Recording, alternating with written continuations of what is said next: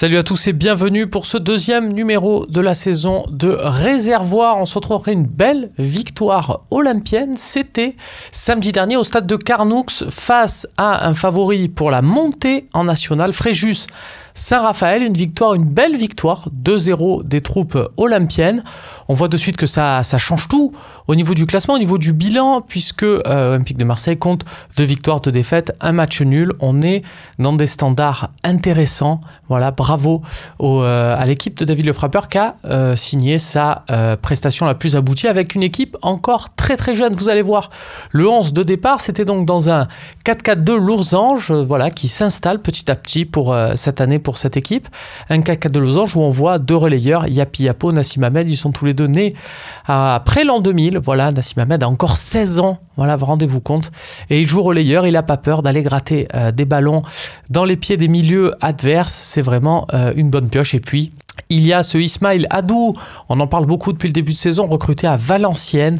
Voilà, auteur d'un but qu'il est allé chercher tout seul. Et puis, une passe décisive en fin de match. La première, tiens, notez, de la saison avec un centre au second poteau qui fait mouche pour Lucas Perrin qui n'a plus qu'à enfoncer dans la cage adverse. Alors, on a demandé après le match à David Le Frappeur, tiens, est-ce que jouer avec des éléments aussi jeunes, c'est pas quand même prendre des risques?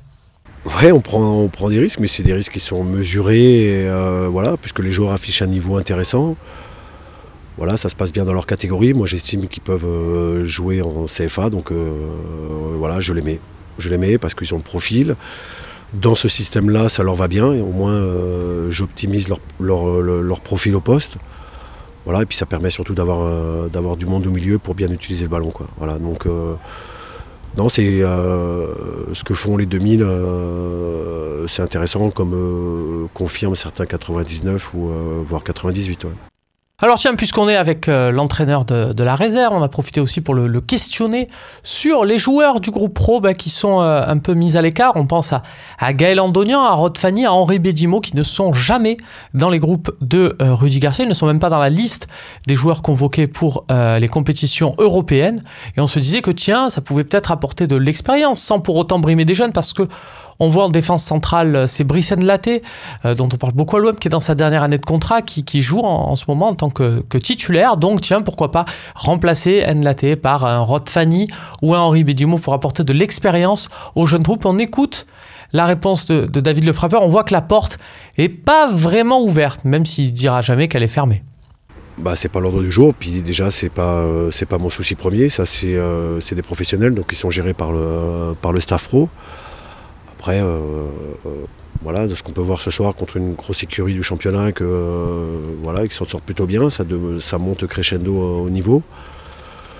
Donc après la décision sera prise par le haut. Moi je suis qu'un exécutant par rapport aux professionnels, donc même si ici ça reste quand même voilà, le labo où on essaye des choses et on essaye tout doucement d'amener les joueurs vers le haut niveau, et c'est pour ça qu'il faut les frotter très vite à des adultes, voilà, au détriment parfois de perdre des matchs.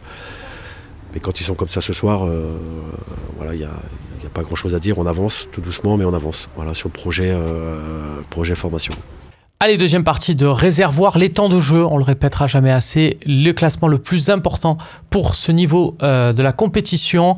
Voilà, vous voyez que l'équipe type progressivement se met en place avec du Lucas Perrin, du Ali Abdallah Mohamed, du Rokia, du Ismail Adou, Gentinage en attaque. On voit sur la deuxième partie de classement qu'il y en a un qui commence à faire son apparition, c'est Ilan Yapi Yapo, recruté cette saison tout jeune, et vraiment c'est très important aussi de le préciser, sans lien de parenté avec Gilles Yapi Yapo, l'ancien milieu de terrain du Mans et de Nantes. On passe au classement des buteurs. Voilà, c'est encore assez peu concret, il y a eu quand même quelques matchs, il faut le rappeler. Gentinage en a déjà planté 2. Et puis, alors plus que le classement des étoiles, on le tient à jour, mais on vous donne voilà, les 3 noms qui ressortent.